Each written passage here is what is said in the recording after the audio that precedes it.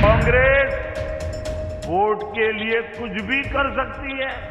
2 करोड़ युवाओं से आपने कहा था कि साल में रोजगार देंगे, और आज हिंदुस्तान में 45 साल से सबसे ज्यादा बेरोजगारी। मोदी जी की सरकार आने के पहले क्यों नहीं बन पाए थे? इस देश की उन माताओं के, उन गरीब माताओं के घरों में क्यों रसोई गैस के चूल्हे नहीं जल पा रहे थे? भारतीय जनता पार्टी और भारतीय जनता पार्टी की सरकार को उत्तर प्रदेश की जनता इस बार हटाने जा रही है। बीजेपी व अन्य सभी विरोधी पार्टियों का प्रदेश की जनता को हर प्रकार से लुभाने व वर्ग लाने आदि का जबरदस्त नाटक शुरू हो गया है। अगर बीजेपी ये कह रही है कि मेरा बूथ सबसे मजबूत, तो सदुद्दीन ओवैसी कह रहा है कि मेरी सरहद मजबूत तो मेरा देश मजबूत।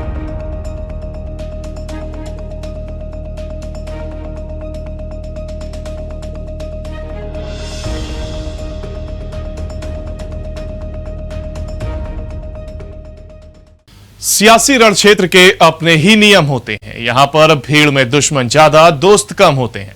कोई दूसरे के खातिर सियासत को लगा दे दांव पर, अमूमन ऐसे किस्से बड़े कम होते हैं।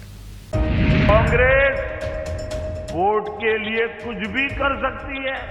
2 करोड़ युवाओं से आपने कहा था कि साल में रोजगार देंगे, और आज हिंदुस्तान में 45 साल से सबसे ज्यादा बेरोजगारी।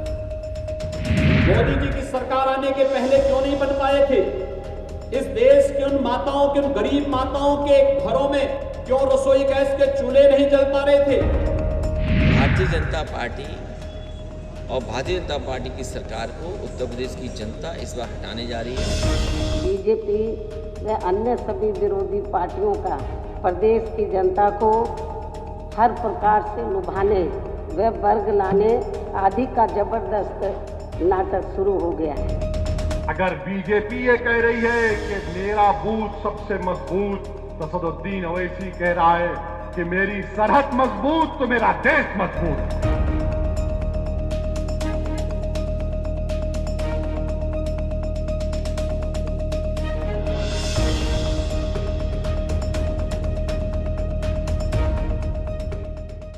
नमस्कार, आप देख रहे हैं जेएमडी न्यूज का खास शो सियासी हलचल। मैं हूं आपके साथ अंकुर पांडे। आगामी विधानसभा चुनाव में यूपी की बिसात कुछ अलग ही गोते खा रही है। ये एक ऐसी चिड़िया है जो कभी इस डाल तो कभी उस डाल पर बैठी नजर आ रही है। यहां पर हर सियासी दल एक दूसरे के दिग्गजों को अपनी ओर लपेटने में लगे हुए हैं, लेकिन ये कोई नहीं जानता जो वक्त के तराजू पर खुद की बाजी को तौलते हैं, वो आगे जाकर कब किसका दामन थाम लें कुछ कह नहीं सकते। ऐसे में चुनाव से ऐन मौके पहले स्वामी प्रसाद मौर्य का बीजेपी के मंत्री पद से इस्तीफा देना वाकई में बीजेपी महकमे में खलबली मचाने वाली खबर साबित हुई है। लेकिन संशय इस बात का है कि आखिर वो किस और अपना आशिया बनाएंगे, किस दल की ताकत को वो और बढ़ाएंगे, और आखिर क्या वजह रही जिसकी वजह से उन्होंने इतना बड़ा कदम उठाया। देखते हैं इस विशेष रिपोर्ट में।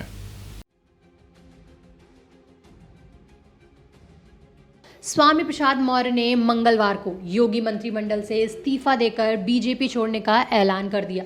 यूपी विधानसभा चुनाव से ऐन मौके पहले ये फैसला चौंकाने वाला था, लेकिन अब आगे क्या, ये बड़ा सवाल है। क्या स्वामी प्रसाद मौर्य समाजवादी पार्टी में शामिल हो गए हैं? अखिलेश यादव संग आई उनकी तस्वीर तो यही इशारा करती है, लेकिन मौर्य की बेटी ने इससे इनकार किया है। वहीं मौर्य ने खुद सपा में जाने की बात पर आधिकारिक मोहर नहीं लगाई है। बीजेपी की तरफ से मौर्य को मनाने की कोशिशें जारी हैं। मौर्य के इस्तीफे देने के तुरंत बाद ही बीजेपी डैमेज कंट्रोल मोड में आई, तो पहले खुद स्वामी और फिर उनकी बेटी ने साफ किया कि मौर्य अभी किसी पार्टी में शामिल नहीं हुए हैं। इस बीच सबसे बड़ा सवाल यही बना हुआ है कि स्वामी ने आखिर ये कदम क्यों उठाया। स्वामी ने भले ही ये कहा है कि वो सरकार के कामकाज से असंतुष्ट होकर इस्तीफा दे रहे हैं, लेकिन झगड़े की असली वजह यूपी की एक विधानसभा सीट है। कौन सी है वो विधानसभा सीट और क्या है झगड़ा? यूपी की सियासत में लंबी पारी खेल चुके स्वामी प्रसाद मौर्य की बेटी संघमित्रा मौर्य बीजेपी की बदायूं से सांसद हैं। 5 बार के विधायक मौर्य लंबे समय से अपने बेटे उत्कृष्ट मौर्य का राजनीतिक करियर बनाने की कोशिश में जुटे हैं। इस प्रयास के तहत वो पहले बसपा और फिर भाजपा के टिकट पर बेटे को रायबरेली की ऊंचाहार सीट से लड़वा चुके हैं, लेकिन दोनों ही बार उत्कृष्ट चुनाव हार गए हैं। बीजेपी के सूत्र बताते हैं कि एक बार फिर स्वामी इसी सीट के लिए बेटे के लिए टिकट मांग रहे थे, लेकिन भारतीय जनता पार्टी उन पर दांव लगाने को तैयार नहीं थी, जिसके चलते शायद मौर्य ने अपने बड़े कदम उठाने का फैसला लिया। साल 2017 में बसपा छोड़ने की भी यही थी वजह। जिस तरह मौर्य ने विधानसभा चुनाव से पहले बीजेपी में बागी रुख अपनाया है, ठीक उसी तरह 5 साल पहले उन्होंने विधानसभा चुनाव से पहले बसपा से नाता तोड़ लिया था। उस समय बीएसपी सुप्रीमो मायावती ने मौर्य को पार्टी से निकाले जाने का दावा करते हुए प्रेस कॉन्फ्रेंस में कहा था कि वो अपने बेटा बेटी को टिकट देने के लिए दबाव बना रहे थे। मायावती ने यह भी कहा था कि पार्टी नेताओं के कहने पर उन्होंने 2012 में मौर्य के बेटे को ऊंचाहार से टिकट दिया था, लेकिन जीत नहीं पाए। लेकिन एक बार फिर वो टिकट मांग रहे थे। बीएसपी उभर रही थी तो उनको ये लगा कि मेरा जो भविष्य है, फ्यूचर है, वो बीएसपी में बन सकता है, सुरक्षित रह सकता है, तो ये बीएसपी में आ गए। लेकिन बीएसपी में आने के बाद श्री मुलायम सिंह यादव की तरह इनका परिवारवाद वाला मोह जो है वो नहीं हटा। परिवारवाद वाला जो मोह है वो नहीं हटा। और जब ये बीएसपी में आए तो कुछ समय तक तो ये साइलेंट रहे, चुप रहे, लेकिन सन 2007 में तो इनको रायबरेली जिले में ऊंचाहार से टिकट दिया गया, जहां ये काफी बुरी तरीके से चुनाव हार गए सन 2007 में विधानसभा का। लेकिन उसके बाद चुनाव हारने के बाद ये इधर उधर भटकने लगे। तो उस समय हमारी पार्टी के लोगों ने मुझे ये सलाह दी कि बहन जी, इनको ये अभी एमएलए नहीं है, आप इनको कहीं एडजस्ट करें, एमएलसी वगैरह बना दें, इनको मिनिस्टर बना दें, नहीं तो ये रहेंगे नहीं। तो खैर मैंने लोगों की बातचीत सलाह मानकर तो मैंने बोला कि भाई ये अभी इधर उधर भटक के आए विभिन्न पार्टियों से, तो इनको मिशनरी बनाने में थोड़ा समय लगेगा। लोगों ने यही कहा, हमारी पार्टी के लोगों ने, इनको मिशनरी बनाने में थोड़ा समय लगेगा, तो इनको थोड़ा आप एडजस्ट करें। इनको मैंने एडजस्ट किया। उसके बाद सन 2012 में उत्तर प्रदेश में विधानसभा के आम चुनाव हुए। तो जब विधानसभा के आम चुनाव हुए तो इन्होंने मुझसे ये कहा, मैंने बोला कि भाई आप रायबरेली जिले में पहले आपने ऊंचाहार से चुनाव लड़ा था, तो अभी आप वहां से चुनाव लड़े। तो इन्होंने कहा कि नहीं, ऊंचाहार तो नहीं, मैं कुशीनगर से ही, जहां से फिर इनको हमने बाई इलेक्शन में जिताकर भेजा था, तो आप मुझे वहां से ही खड़ा कर दो। तो हमने बोला ठीक है। तो कहने लगे कि नहीं बहन जी, मैं ये चाहता हूँ ऊंचाहार क्योंकि मेरी अपनी सीट है, तो आप मुझे कुशीनगर से खड़ा कर दें, तो आप मेरे लड़के को यहाँ से टिकट दे दें ऊंचाहार से। सन 2012 में हमने बोला कि भाई हम परिवारवाद को बढ़ावा नहीं देते हैं, तो ये अच्छी बात नहीं है, हमने आपको बढ़ावा दिया है, तो आपके लड़के को या बेटी को हम टिकट नहीं देंगे। तो बोलते फिर तो मुझे पार्टी छोड़ के जाना पड़ेगा। इलेक्शन अनाउंस हो चुका था। तो फिर हमारी पार्टी के लोगों ने मुझसे यही सलाह दी कि बहन जी एक बार एडजस्ट कर लो इनको, आगे ये फिर यदि बढ़ावा देते परिवारवाद को तो अगली बार इलेक्शन से पहले आप इनको पार्टी से निकाल के बाहर करना। तो अभी सन 2012 में जब असेंबली का चुनाव हुआ तो ये टिके कैसे? इनको कुशीनगर से खड़ा किया और इन्होंने अपने लड़के को ऊंचाहार से टिकट दिलाया बीएसपी से, और लड़की को आगरा मंडल से टिकट दिलाया, अलीगढ़ मंडल से टिकट दिलाया, और अपने 2 बच्चों को, लड़की को भी टिकट दिलाया बीएसपी से और लड़के को भी दिलाया, खुद भी चुनाव लड़े। मैं इसके पक्ष में नहीं थी, लेकिन हमारी पार्टी के उत्तर प्रदेश के वरिष्ठ लोगों ने ये कहा, जो स्टेट लेवल के थे, कि बहन जी एक बार इलेक्शन में यदि गड़बड़ होगा तो ठीक नहीं है, आगे यदि ऐसा गड़बड़ करते हैं तो आप इलेक्शन से पहले इनको निकाल के बाहर करने का है। तो इनके लड़के को टिकट दे दिया, लड़की को दोनों चुनाव हार गए। ये चुनाव कुशीनगर से जीत गए, लड़का भी चुनाव हार गया, लड़की भी चुनाव हार गई। और उसके बाद सन 2017 में फिर लोकसभा के आम चुनाव हुए, तो इन्होंने कहा कि मेरी लड़की को टिकट दे दो। 14 में 17 में नहीं, 14 में, तो इन लड़की को टिकट दे दो। हमने इसकी लड़की को मैनपुरी से टिकट दे दिया, फिर भी गड़बड़ करने वाले थे। अब ये 17 में फिर ये चुनाव अब असेंबली के होने वाले हैं, तो 17 में इन्होंने कहा कि मेरे को कुशीनगर से, जहां से मैं एमएलए हूं, मेरे को वहां से टिकट दे दो, मेरे लड़के को ऊंचाहार से, और मेरी लड़की को जो सन 2017 में असेंबली का चुनाव होगा तो मेरी लड़की को पुरानी वाली सीट से टिकट दे दो। तो हमने बोला कि भाई, मैंने इनको कहा जब ये मुझसे मिले कि आपने क्या श्री मुलायम सिंह यादव का झूठा खा लिया है क्या? जैसे वो अपने पूरे परिवार को, कोई भी किसी को नहीं छोड़ते हैं, तो सब जितने भाई हैं उनके बच्चे, रिश्ते नाते सबको टिकट देते हैं। तो बीएसपी ये परिवारवाद को बढ़ावा देने वाली पार्टी नहीं। सपा ने ऊंचाहार से उत्कृष्ट को दिया टिकट तो मचेगा बवाल। स्वामी प्रसाद मौर्य यदि सपा में जाएंगे और बेटे के लिए ऊंचाहार सीट की मांग करते हैं तो सपा में भी बगावत तय है। असल में ऊंचाहार से सपा के ही मनोज पांडे ने 2 बार उत्कृष्ट को हराया है। ऐसे में यदि सपा ऊंचाहार सीट स्वामी के बेटे को देती है तो मनोज पांडे बगावत कर सकते हैं। बताया जा रहा है कि बीजेपी की नज़र पहले से ही मनोज पर है। दोनों को साधने की कोशिश में है सपा। बताया जा रहा है कि समाजवादी पार्टी स्वामी प्रसाद मौर्य और मनोज पांडे को एक साथ साधने की कोशिश के तहत दूसरी रणनीति पर काम कर रही है। समाजवादी पार्टी ने स्वामी प्रसाद से कहा है कि वो बेटे उत्कृष्ट को किसी और सीट से चुनाव लड़ा ले। चर्चा है कि सपा ने स्वामी के बेटे के लिए फाफामऊ सीट ऑफर की है। वहीं बात करें स्वामी प्रसाद मौर्य के बेटे उत्कृष्ट की, तो उत्कृष्ट ने सामने आकर इस बात को सिरे से नकार दिया है कि उनके पिता ने किसी भी दल में रहकर कभी भी अपने बेटे या बेटी के लिए टिकट मांगने पर जोर नहीं डाला। जब भी उन्हें टिकट मिला तो पार्टी और आला कमान के निर्देशों द्वारा दिया गया। और बेटी के लिए पिताजी कभी ना प्रेशर बनाए हैं किसी के ऊपर, बल्कि पार्टी ही 2012 में मुझको विधानसभा का टिकट दी, 2017 में भी विधानसभा का टिकट मुझको दी।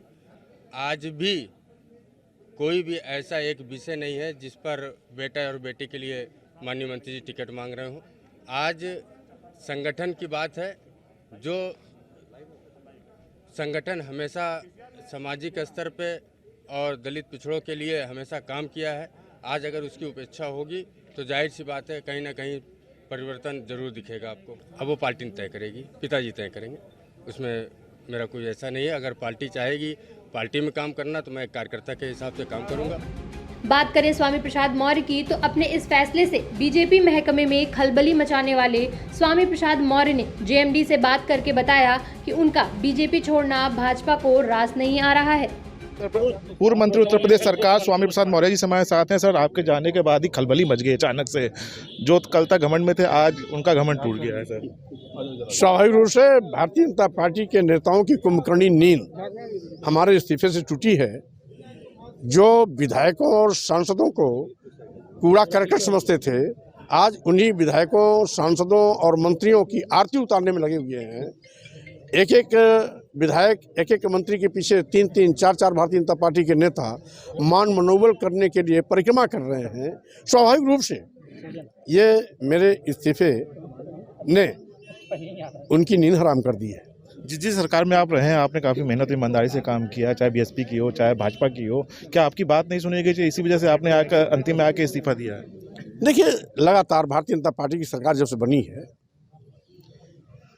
ये केवल झूठे प्रचार में ज़्यादा यकीन करती है। कहने के लिए तो भारतीय जनता पार्टी के नेता बाबा साहब डॉक्टर अम्बेडकर को समय समय पर सम्मान देते हैं, कहते भी हैं कि मैं संविधान की रक्षा करूंगा, लेकिन उसी भारतीय संविधान के द्वारा दिया गया अनुसूचित जाति जनजाति पिछड़े वर्गों के लिए आरक्षण की जो व्यवस्था है वो अजगर की तरह उसको निकल रहे हैं। आरक्षित जगहों पर सामान्य वर्ग के लोगों की भर्ती खुली कर रहे हैं। अभी 69,000 शिक्षक भर्ती में पिछड़े वर्गों का कोटा हजम करके सामान्य वर्गों को दे दिया। जब पिछड़ा वर्ग आयोग भारत सरकार ने वहां पर लिखित रूप से उसका परीक्षण करने के बाद आपत्ति दर्ज करते हुए प्रदेश सरकार को भेजा कि आपने 6,000 पिछड़े वर्गों के आरक्षित जगहों पर सामान्य वर्गों की भर्ती की है, तो ये उस पद को भरने के लिए हाँ तो किए, लेकिन एक भी पद भरा नहीं, यानी अभी भी जुटलाने जा रहे हैं। साथ ही साथ जितने भी मेडिकल कॉलेज में अभी भर्ती हुई है इस सरकार के दौरान बिना एडवर्टाइजमेंट निकाले एक लाइन का प्रस्ताव लाए कि आरक्षित वर्ग के लोग उपलब्ध नहीं हैं, इसलिए अनुसूचित जाति और पिछड़े वर्गों के आरक्षित पदों पर सामान्य वर्गों के लोगों की भर्ती का प्रस्ताव प्रस्तुत करता हूं। मैं कैबिनेट में उसका कड़ा विरोध भी किया। हमने कहा कई बार आपने एडवर्टाइजमेंट निकाला, 1 बार 2 बार 3 बार, और 3 बार निकलने के बावजूद भी अगर कोई नहीं आता तो आपको कोई प्रस्ताव लाना चाहिए। 1 बार भी प्रस्ताव नहीं लाए, आप इस तरह से भर्ती ला रहे हैं। सर अपना अगला कदम क्या होगा सर? अपना अगला कदम 14 जनवरी को मैं सार्वजनिक करूंगा। निश्चित तौर पर साफ कहना है स्वामी प्रसाद मौर्य का कि जो उनका अगला कदम होगा वो 14 जनवरी को मीडिया के सामने रखेंगे और सरकार से जो तमाम चीज़ें थी उसको लेकर उन्होंने अपनी बात रखी। कैमरामैन शुभम के साथ मैं राहुल श्रीवास्तव, जेएमडी न्यूज़, लखनऊ। तो अब स्वामी प्रसाद मौर्य का अगला दाव क्या होगा, ये तो आने वाला वक्त बताएगा, लेकिन ये तो तय है कि जल्द ही स्वामी किसी बड़े धमाके के साथ सामने आ सकते हैं। Political desk, JMD news. Swami Prasad Maurya ने बागी तेवर दिखाते हुए बीजेपी में वापस जाने वाली बात को सिरे से नकारते हुए साफ कर दिया है कि इस 14 तारीख को वो अपने पत्ते खोल देंगे। साथ ही उन्होंने तंज कसते हुए यह भी कह दिया है कि बीजेपी के ताबूत की आखिरी कील वही ठोकेंगे।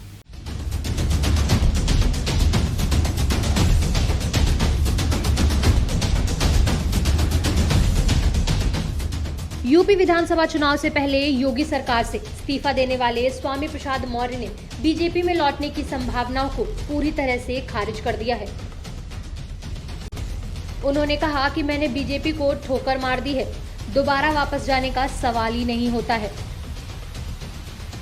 अखिलेश यादव की समाजवादी पार्टी में जाने की अटकलों के बीच स्वामी प्रसाद मौर्य ने कहा कि मैं समर्थकों से बात करके 14 तारीख को अपनी योजनाओं के बारे में बताऊंगा। इसके साथ ही मौर्य ने कहा कि फिलहाल मैं सपा में नहीं जा रहा हूं, मैं अपने लोगों से बात करूंगा। मैं 14 तारीख को बताऊंगा कि मैं राजनीतिक तौर पर क्या करूंगा।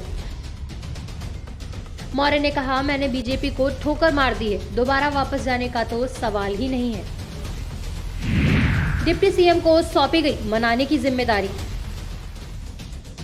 मंत्री पद छोड़ने वाले स्वामी प्रसाद मौर्य ने कहा कि मेरे जाने से बीजेपी में भूचाल आ गया है। केशव प्रसाद मौर्य जी को मुझे मनाने की जिम्मेदारी दी गई है। केशव मौर्य मेरे छोटे भाई हैं, पर 5 साल से वो भी बेचारे ही हैं। मेरे साथ अभी मंत्री भी आएंगे और विधायक भी। मेरा जो फैसला होगा और कौन मेरे साथ आएगा वो सब 14 तारीख को बताऊंगा। मेरी बेटी संघमित्रा मौर्य बदायूं से सांसद है, वो अपना फैसला खुद लेंगी। 4 विधायकों ने बीजेपी से तोड़ा नाता। मौर्य समेत 3 और विधायकों ने भी बीजेपी छोड़ने का फैसला किया। इनमें बांदा जिले के तिंदवारी विधानसभा सीट से विधायक ब्रजेश कुमार प्रजापति, शाहजहांपुर जिले के तिलहर विधानसभा सीट से विधायक रोशन लाल वर्मा और कानपुर देहात के बिल्हौर सीट से विधायक भगवती सागर शामिल हैं। वहीं बात करें बागी विधायक ब्रजेश प्रजापति की, तो जेएमडी से खास बातचीत में ब्रजेश प्रजापति ने बताया कि जहां स्वामी प्रसाद मौर्य जाएंगे सरकार उसी की बनेगी। तिंदवारी से बीजेपी विधायक ब्रजेश प्रजापति जी समय पहुंचे हैं स्वामी प्रसाद मौर्य के जी आप भी बीजेपी से हैं, स्वामी प्रसाद मौर्य जिससे इस्तीफा दिया, क्या कहेंगे? माननीय स्वामी प्रसाद मौर्य जी ने बहुत अच्छा फैसला लिया है, प्रदेश की जनता के हित में लिया गया फैसला है उनके द्वारा। और जिस तरीके से भाजपा ने पूरे उत्तर प्रदेश और देश में आतंक का माहौल बनाया हुआ है, उससे लोग नाराज हैं।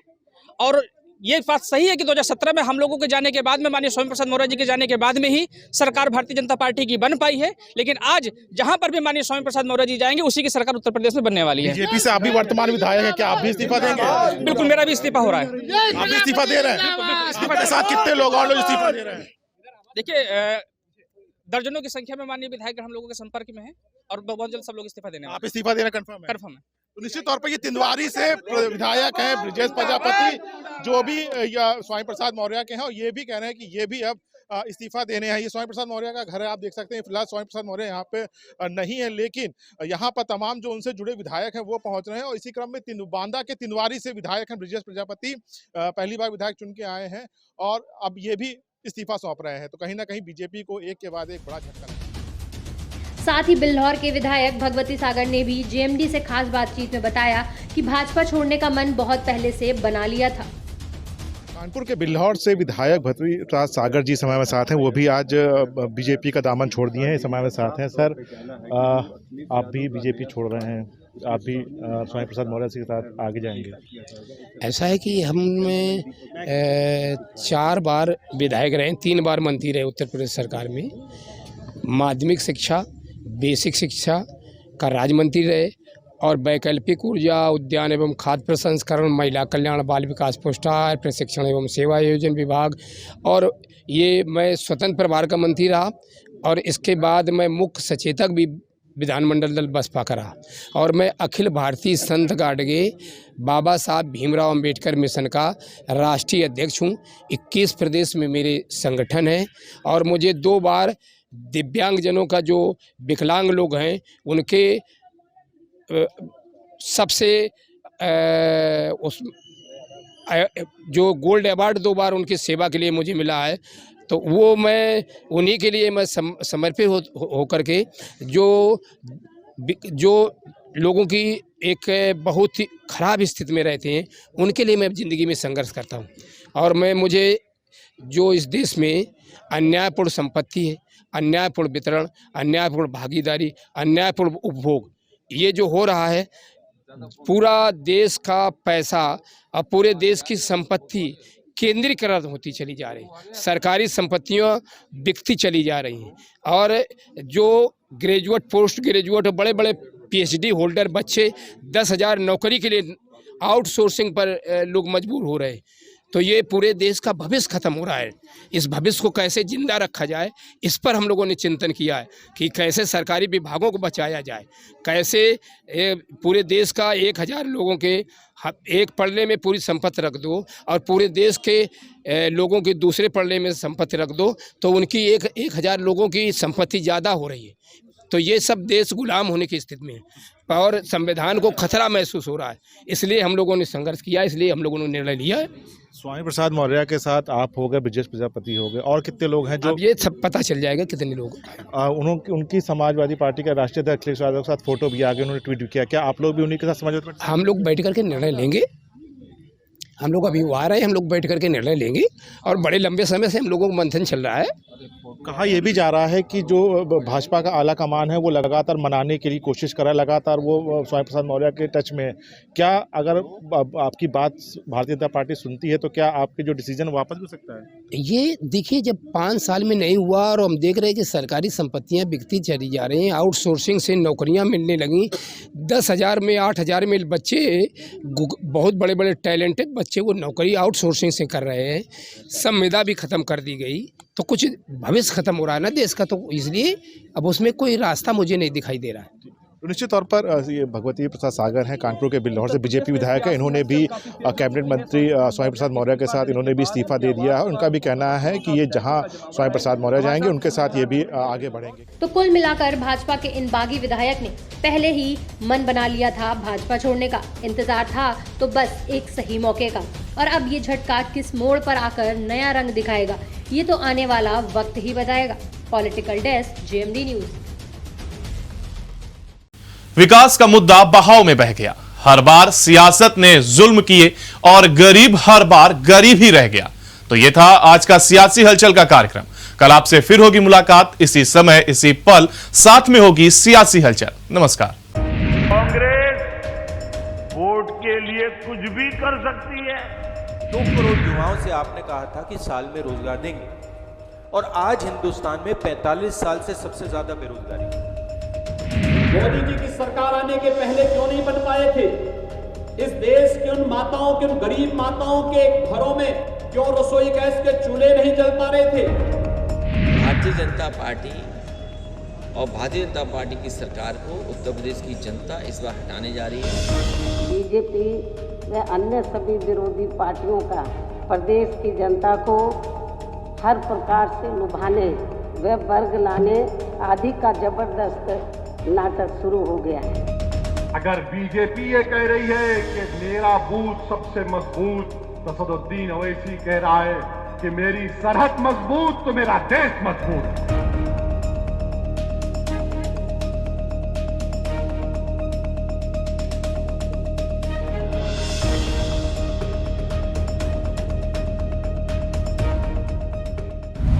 अगर आपको हमारा वीडियो पसंद आया हो तो हमें लाइक करें, सब्सक्राइब करें और ज्यादा से ज्यादा शेयर करें, और हाँ, बेल आइकॉन दबाना ना भूलें ताकि हर खबर का अपडेट आप तक पहुंचे तुरंत। आप हमें इंस्टा, ट्विटर और फेसबुक पर भी फॉलो कर सकते हैं। हमारी आईडी है @JMT News।